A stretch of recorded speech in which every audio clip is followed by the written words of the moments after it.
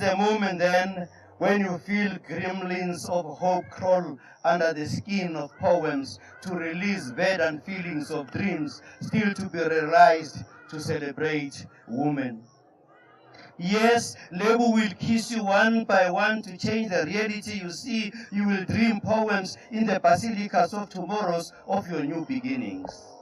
Now I know where to find the elusive God. Listen between the words in the vibrant poems of Lebo, poems without language. Ask Ogun or Shango, touch Yemaya to witness. If we look alike, I look like Escobar.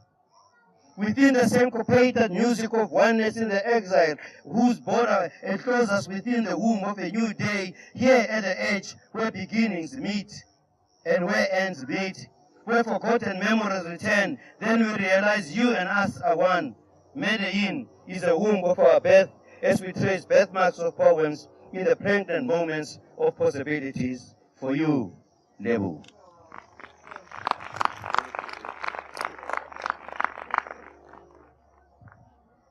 I will read the poems that are featured in the book that Jürgen has created called Folded Spirits. So the poems don't have titles in the book. I'll read them as one experience from the beginning to the end and hope that the sun remains on our side. This morning rolls in with rain shadows and a cool voice crisply shaking the last of winter's whirlwinds to a standstill. There will be no pain this morning.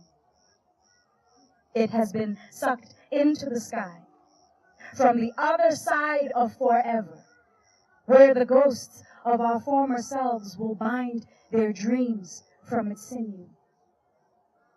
Their tears keep our dreams from falling apart. This morning, the gods have shown us their teeth.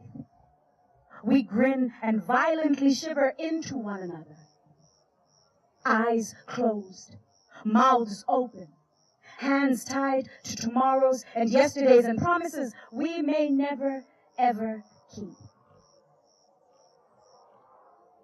This morning, I present myself to the light that bounces from iced people, to the chills that shape a human body into a human being when truth melts the warm spots.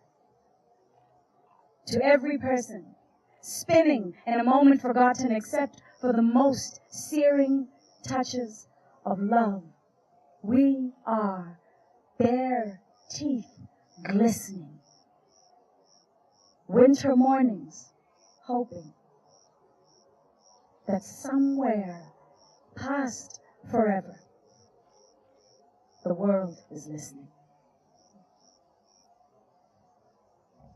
Go slow into worlds where words unfold maps.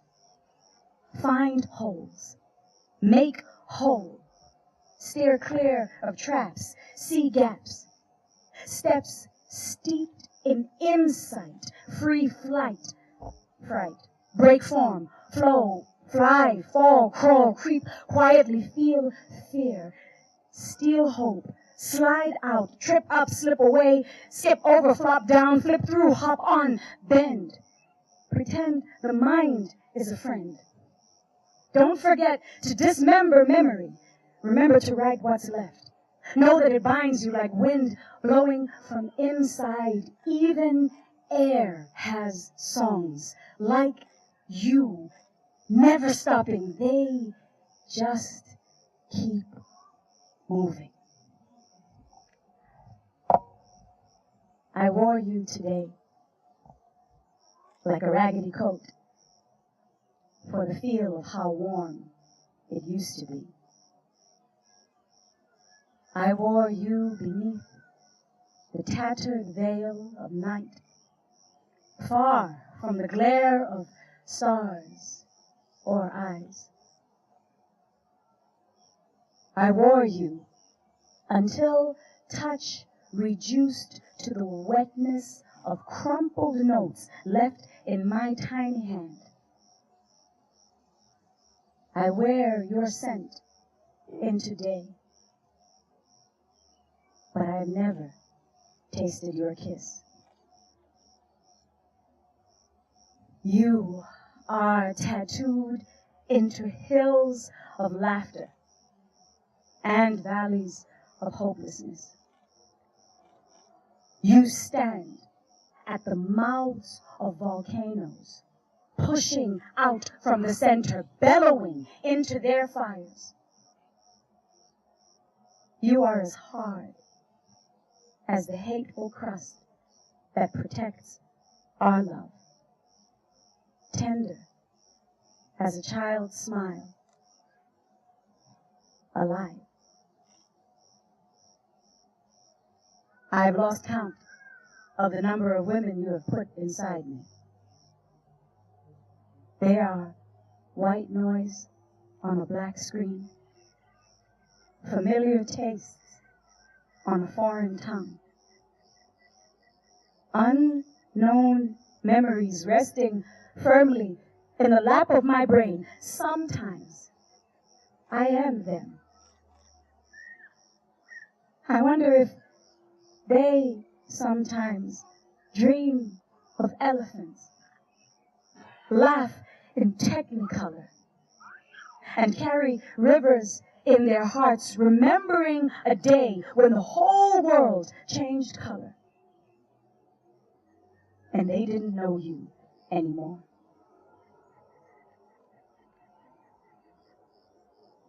I will keep you in a safe place where the walls speak and the doors don't have locks, where the roads intersect and collisions are encouraged, where each throbbing tremor is listened to and the young ones never grow old.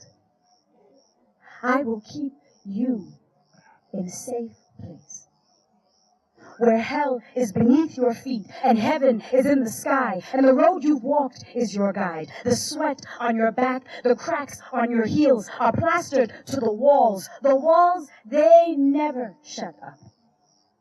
They speak you to yourself. They will find you between two covers, in the words between the lines.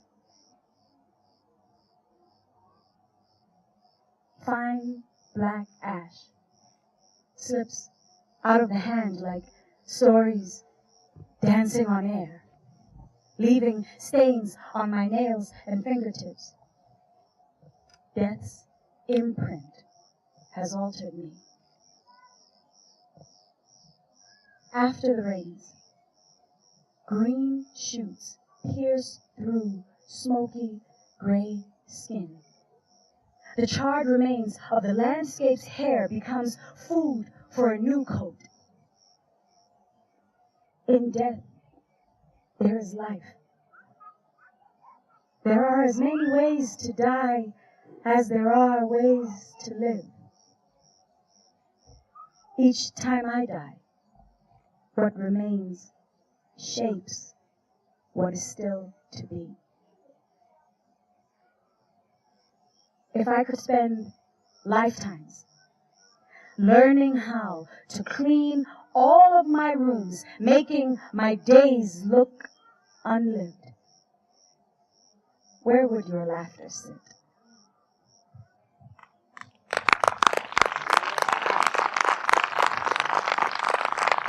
I like that way. Thank you very much. I see you too, brother. Thank you very much. Thank you, everybody. Thank you. Thank you especially to Jürgen. Jürgen showed such generosity of spirit. I had no idea who he was or how important he was or what a rock star he is in the art world, to be very honest. I got a call from Ray from Ntabiseng, and Ntabiseng said that this German artist wants to work with you. And he was very kind and generous and genuine, and that is what made me open up my heart and open up my spirit. And I think that is the mark of true greatness, to have all these accolades and have all this rock star machinery around you, but to still be a real human being. That's what makes you an extraordinary artist. So from one extraordinary artist to another extraordinary artist, Pitika Ntuli is no stranger to most of us. We see him on Weekend Live offering his, at times, searing and scathing, but always wrapped around a very sweet tongue commentary on the politics and the social landscape of South Africa.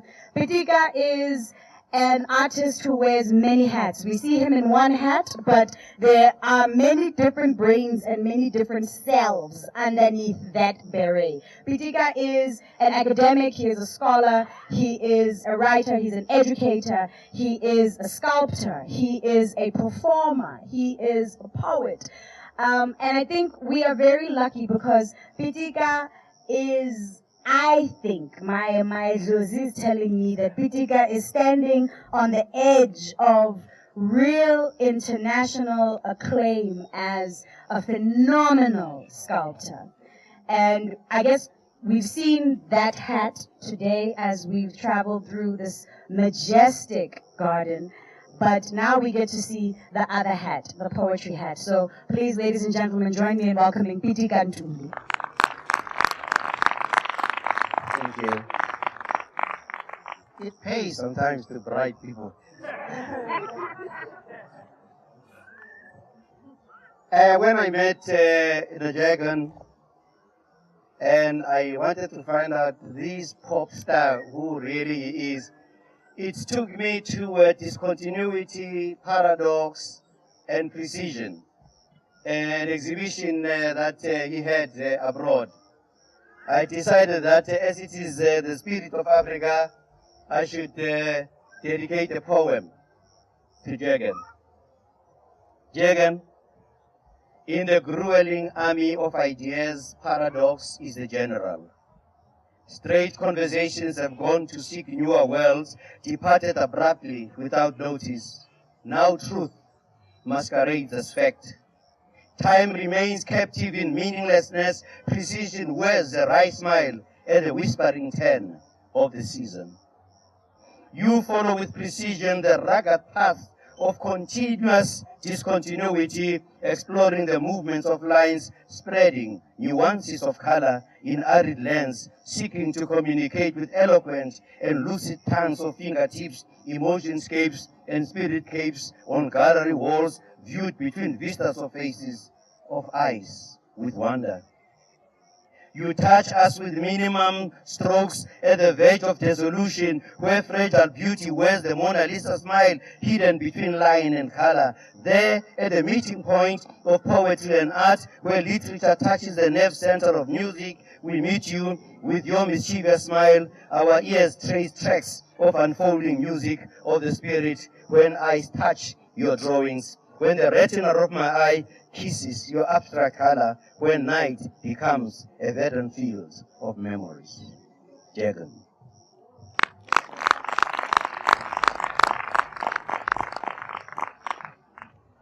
And because I love Lebo so much, anybody who loves Lebo and works closely with Lebo, I must dedicate a poem for them. So I'll dedicate another poem to Jürgen.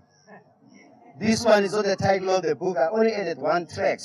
It's Seeds, Traces, and Unfolded Dreams. Mine is Seeds, Tracks, Traces, and Unfolding Dreams. We carry seeds of our beginnings within the folds of petals, with sense of desire wafting through time. They are seeds of desire, of sin, of dreams whose nightly forays into our subconscious expose our hidden desires, our fears, the boundaries of our safeties. We follow tracks of those that went before, sometimes with feet smaller, but robust dreams. We trace footsteps, footprints, tongue prints of kisses and words, caught, arrested, and sentenced into a series of blatant and hidden meanings. With each word in a poem, a seed of meaning, leaving tracks through thickets and desolate streets. I paint dreams, sculpt hallucinations and nightmares, leaving further traces of insurrections in my cactus land. I live within the womb of my ear, within the whirlwinds of spirit, dancing in ellipse around the planets of yesteryear's dreams. I am a child of whirling spirits, weaving images of lives when moon dance in the seasons of ecstasy. I trace my beginnings in a smoke-filled house on a rainy night with a looking corrugated roof, water drops like piano notes. You live in this shack house. When the roof starts leaking, the water drops like piano notes, plastic walls like oboes, cardboard boxes like drums, wind cutting the edges of roofs like Miles Davis blowing his horn as if tomorrow will not arrive, and yet we are already in the pearly gates of heaven. I carry unfolded dreams of Lebo and poems in my mind. Poetic lines and touches of color, of resplendent images from the fertile Jaganian figuratives. There, my unfolded spirits find their repose. Find their repose.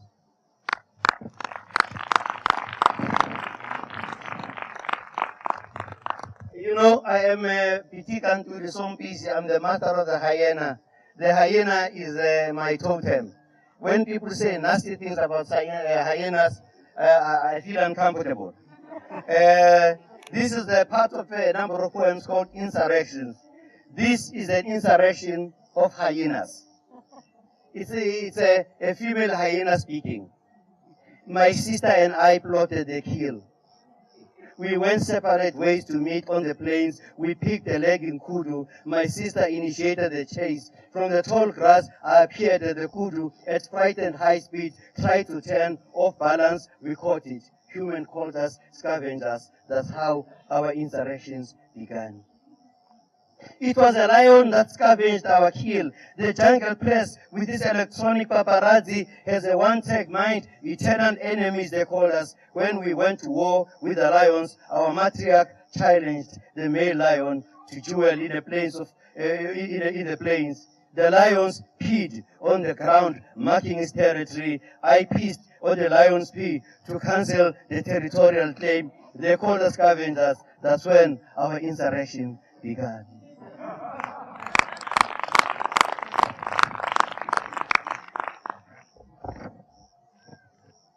We've been looking at my art here. What is it that I want to say in my art? In my art, I seek to express myself in a manner most appropriate to lucid. The self I attempt to express is a collective self. Ideas are not born in isolation. The brain or body responds to the external world, builds storage of facts and feelings to be touched, triggered, cajoled. In a dialogue with others, I am a capsule of love and anger, a memory cell of oppression and repression, and a violent struggle within me to free myself to express my dream. My body is a center of colliding forces. My brain a matador, a god bull sometimes. My brain is a film, an art gallery, a war zone. I try to externalize it to make comparisons with other canvases, to confirm, contradict, and to contribute to a debate, a confirmation, a denial. My brain is a mirror that reflects itself. Feelings are copiers that reproduce themselves. Self-program, time program, rebelling against programming. I'm a free agent moving in the sky in ever-widening spirals of love and hate, of war and peace in a state of becoming.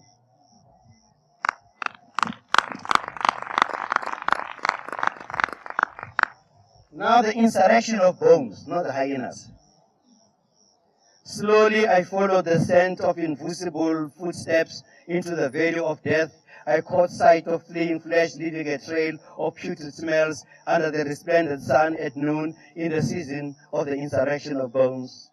Symphonies and orchestras of rattling bones shouting anti-flesh slogans, flesh the betrayal of dreams, soon tattooed with crisscrossing fibulas and tibulas. We of blood and flesh have betrayed the spirits of our gods. From graves, skeletons rose, brandishing glittering teeth of vampires, like debtors and ancestors in the night of death dances to celebrate the new moon. Armies of bones, rattling, more symphonies and orchestras, harmonies and melodies, with contrapuntal war cries, baying at the approaching hyenas with bone-crushing arsenals. When you make a work of art, you are not alone. My wife is my partner. in crime. Let me dedicate the last poem to her. Touch me when the sun touches the western skies, when the moon prepares to rise and the stars kiss each other under a crepuscular moon. Touch me. Touch me as when first we met and you inherited my anger, you inherited the love of my country and of my people and walked thousands of miles following a trail of our dream. Touch me. Touch me as petals touch our eyes. Touch me as leaves, touch our lips. Touch me as grass, touches us. Touch me as river flows. Touch me as insects move about. Touch me with the butterfly of verticals. Touch our souls. Touch me.